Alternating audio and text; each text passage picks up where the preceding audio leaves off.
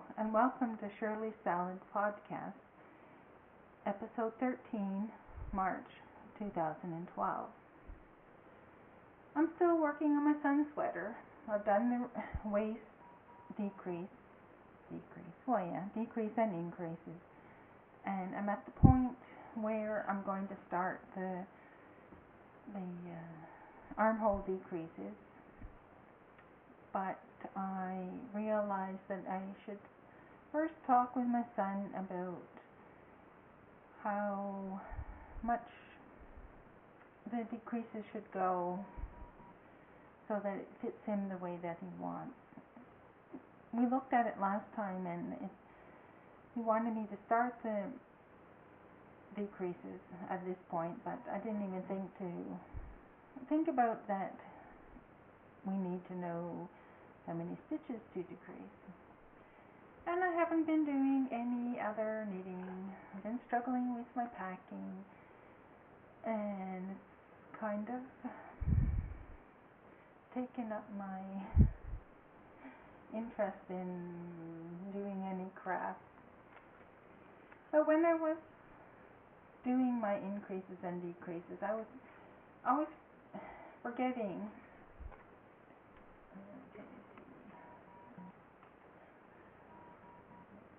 I can't really see myself very well in the viewfinder, but anyway, to make one right and to make one left, I was forgetting always which way it was, so I decided to come up with some way for me to remember.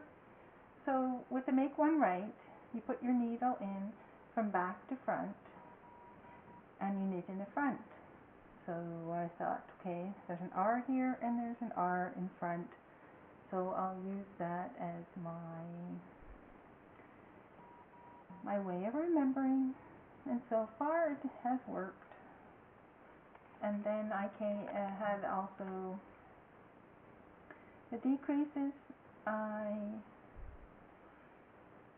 had to make a little card to remember which way, but I haven't come up with any way to remember them. So if anybody has any idea, they could leave me a note and let me know. Thank you. And then last time I was at the charity evening, we were working on baskets or other things out of this kind of mat. Was used in Finland to weave mats, those colorful mats that you see, country style, whatever they're called. And some people were knitting just flat. We could put them on chairs, but a lot of people started doing these kind of baskets. And the largest hook that I have is only a 7.5 millimeter. I could have used a bigger hook, but I didn't have one, so I can only do a few stitches at a time because it's so stiff and difficult to work with. I also took some other colors, and I was going to do a big granny square because I thought that would be nice for spring to put under a pot on the table, or saucepan or frying pan, whatever. But when I tried to, with my largest needle, I tried to weave in the ends. I couldn't get it through, and this, I'll call it yarn. This yarn is thicker than this, so it's much more difficult to work with. So once I've finished doing the basket, I might try to make a granny square with just one color, and that will be something new for me to learn, is doing one color, because the granny squares that I'm doing for my blanket are a different color every row. And that's about all I've been working on, actually. But because I have already done my podcast for a year, I decided I'd have a giveaway. And because telling you something about Finland, this Vatsa is a Finnish company. It's 120 years old, and they make baked goods and candy and chocolate. And whenever I go back to visit my family, this is the chocolate I usually bring. It's just a what's not, okay, it says milk chocolate.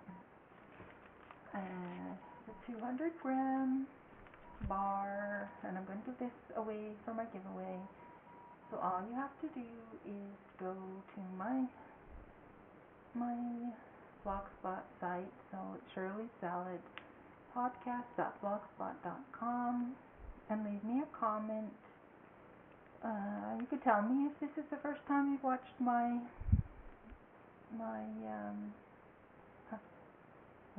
podcast or not. You can also send an email if you don't want to leave a message on the blog, and you can send an email to shirleysalad.gmail.com, and then so one more thing about the Foxer. I went to their English site, and they had an interesting part where they told something about what was going on with this Foxer company, and at the same time what was going on in history. And I found that quite interesting.